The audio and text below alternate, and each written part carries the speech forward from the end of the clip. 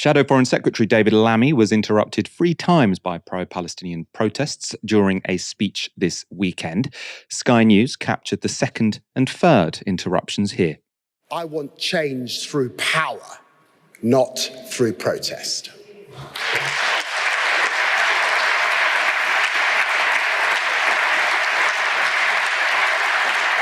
So let me pick up where I left off. Crisis entered our language.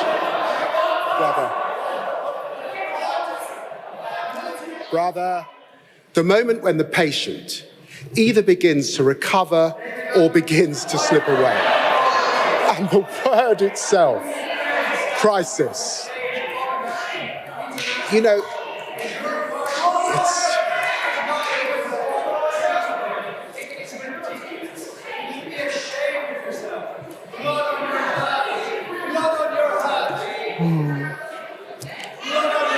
Change through power, not protest, my friend.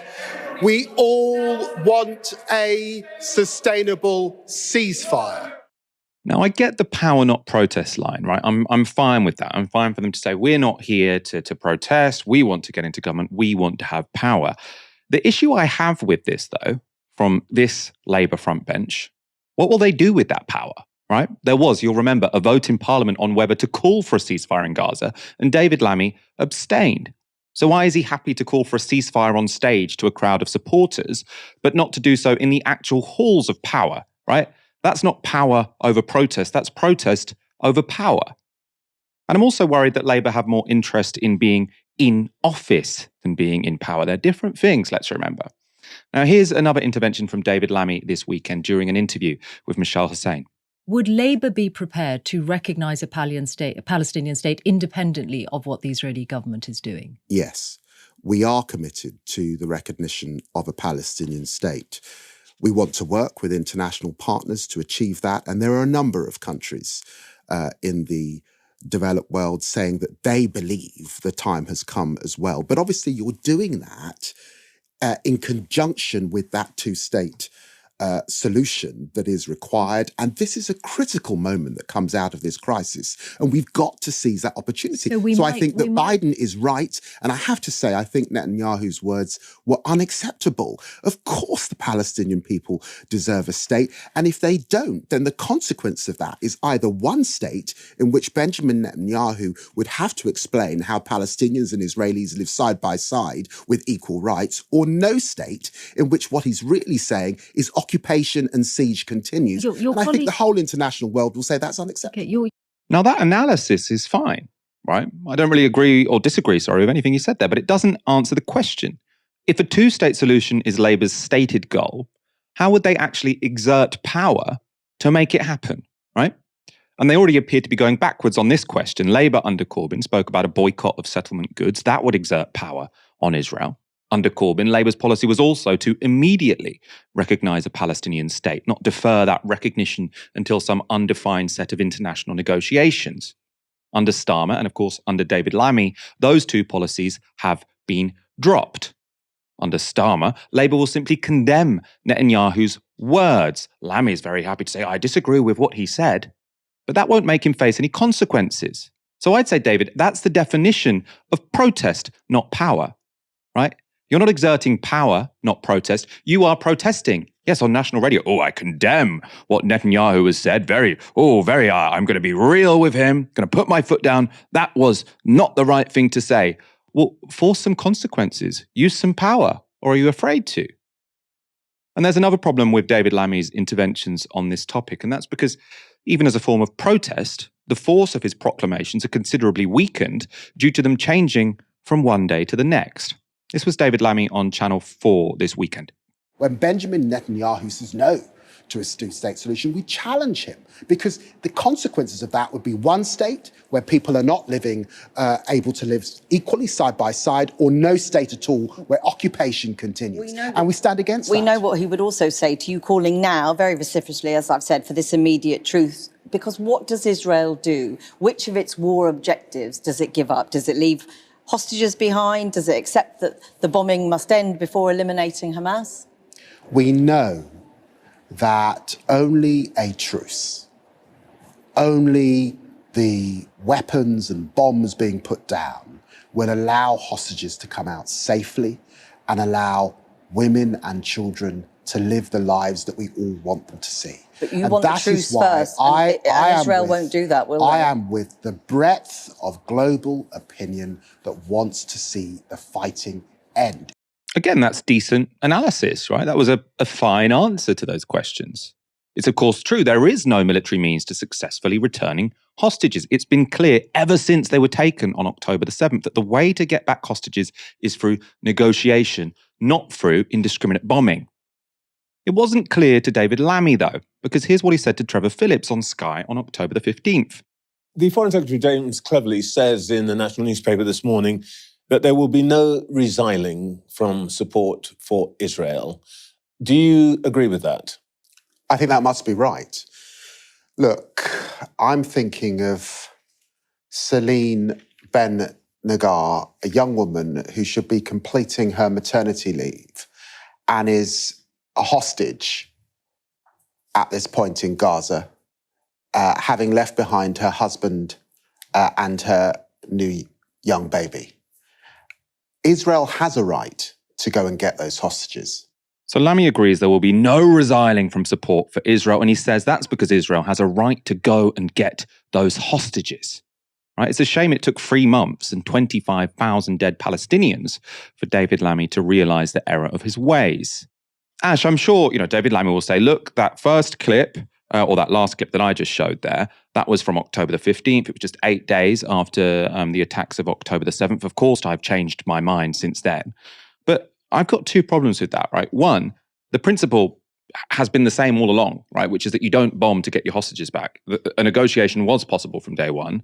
And my bigger problem is that it took 3 months for Labour to shift their position on that. Obviously, the vote in Parliament on a ceasefire was way after, October the 15th when he was saying that. But we still had Labour saying, oh no, Israel have every right to continue bombing. They need to get their hostages back. They need to destroy Hamas.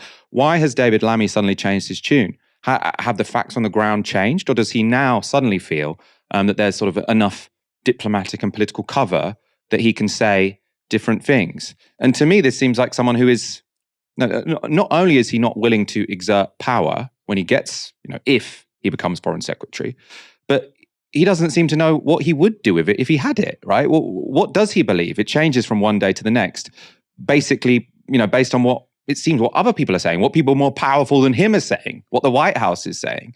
I mean, what do you think this tells us about what he would be like as a foreign secretary if he does end up in that job?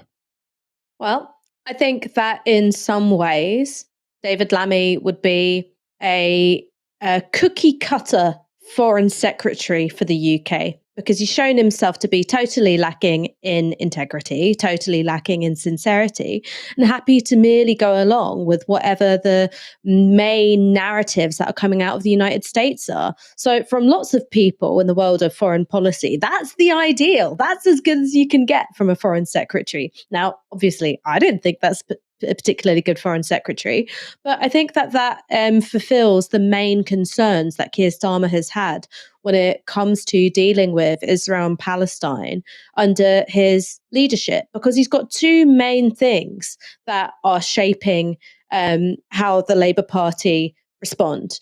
The first is domestic politics. Labour don't want to get called anti-Semites again, so quite frankly, Israel gets way more of a pass on committing atrocities because the Labour Party is triangulated on this issue. It signed up to an IHRA definition of anti-Semitism, which makes it incredibly difficult to criticize Israel when it is committing atrocities, and also is so broadly defined that if you're being criticized and the IHRA is being invoked, really it depends on whether or not people like you, whether people think you're part of the club, whether you're part of the establishment, whether that's going to have a political impact on you. So that's the first thing, triangulating around anti-Semitism in the mind of Keir Starmer, and I think David Lammy as well. It just means going easy on Israel.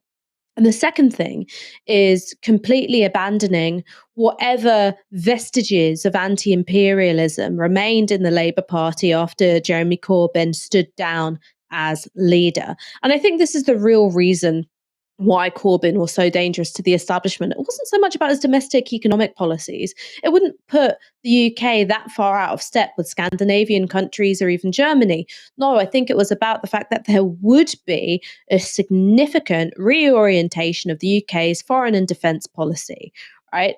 There would certainly, I think, be action on Israel's failure to move towards a two-state solution, its continual flouting of international law with the expansion of illegal settlements and maintaining a blockade on Gaza. And I think that there would be an ending of a version of the special relationship with America where we're their most special little guy because we're effectively a lapdog. What Keir Starmer and David Lammy want to do is restore the credibility, quote unquote, of the UK in the eyes of, I think, establishment foreign policy circles, which goes, look, wherever America leads, we'll follow. And we've seen that happen in quite practical ways. So this isn't just about what is sayable, what is thinkable, what is, politically convenient to either ignore or admit at different times. We're seeing that in terms of the UK participating in airstrikes on Yemen. And this is, I think, a completely bananas military operation, very, very open-ended, very, very, I think, broadly drawn objectives, huge significance for escalation and further destabilization of the region. You're playing, I think, a very dangerous game when it comes to, making Houthi attacks on Saudi Arabian infrastructure more likely, which breaks the détente between Saudi Arabia and Iran. It also ratchets up the stakes of a potential direct confrontation with Iran, which nobody serious actually wants in either Britain or America. This was a very, very badly planned, military incursion into Yemeni sovereignty. But the position of Keir Starmer and David Lammy was, well, we want to do the bombs first because that's what America wants to do, and then we're going to raise the really important questions about why we're doing it in Parliament later. Now, that is the very definition of not even bolting the stable door after the horse is already gone. It's sort of like debating whether or not you should bolt the door after the horse is already halfway to Harrogate. It's completely ridiculous, but that's what they think being a serious political operator means. And sure, you'll get the applause of, the Times and the Guardian and the Observer, but ultimately, I think you're consigning Britain to more of it's kind of international death spiral that we've been in for decades, where we have, I think, done things which have both destabilized the Middle East and ultimately have had significant blowback on us as well. And I don't see the judgment of David Lammy as being particularly insightful or countervailing to that tendency. You had a brief break with it with Jeremy Corbyn, and now it's back to regular scheduled programming.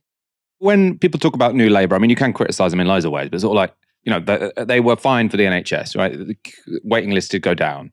Education got more money, right? There are a number of arguments you can make where New Labour did some decent stuff. The one thing I think pretty much everyone in the country agrees with, nearly everyone, at least a supermajority, is that the foreign policy of doing whatever the United States wanted to do, which led us into the illegal war in Iraq with catastrophic consequences for the region and for us, frankly, right? That was the worst decision Tony Blair and New Labour ever made. And now, in the first international crisis sort of in the Middle East since Keir Starmer was elected, they've made it their mantra, we will do whatever the United States does. Right? So if you had any sort of concern, distrust, sort of worry, oh God, Labour, they must be better than the Tories. And, Keir Starmer, I can't imagine he'll be as gung-ho as Tony Blair when it comes to sort of starting new wars, right? Then you've got this opposition, Keir Starmer and all of his frontbenchers, who any kind of military action they're willing to sort of rubber stamp that the Tories want to enter into. And they're very explicitly saying, we just follow the United States when it comes to foreign policy, right? Like that hasn't gone catastrophically wrong before. If I was trying to reassure people, I would be, putting out the precise opposite message, right? We'll be like New Labour, but without the Iraq war. Right? That to me would seem like a fairly popular offer, right? But it's just completely bizarre. I don't know who this is for. And I mean, we said this before on this show. So when it comes to sort of Keir Starmer being, very, very reluctant to say he'll increase taxes on the wealthy. And in fact, Rachel Reeves now sort of suggesting they might reduce taxes on the rich. That is not for the electorate. The electorate don't want lower taxes on the rich. They want higher taxes on the rich. That is for the business elite and the Murdoch press, right? That is to say, we are reassuring the business elites that Labour are not going to do anything, let alone to harm you, to even inconvenience you, right? Labour are not going to do that. And this signposting, when it comes to sort of following America to do anything, right? That's not to the public. Again, the public do not say, you know what I want to do? I want to elect a government that just does whatever the Americans do, regardless of the consequences, right? That's not what the median voter wants. What he is doing is he's signposting to the military establishment, right? You could say to the deep state, but also to some of these sort of establishment newspapers and the like. He's saying, you don't have to worry about us. We are not going to rock the boat. We are going to do whatever the military establishment wants to be done, right? That's us. You don't have to fear us. So it's sort of, while they say this is so that we can sort of win round voters, Jeremy Corbyn didn't speak to ordinary people. In many ways, he did end up being alienated from ordinary people, right? But not really when it came from his reluctance to enter wars in the Middle East, right? That was one of his popular policies. Very, very keen to dump that now that Keir Starmer is in charge.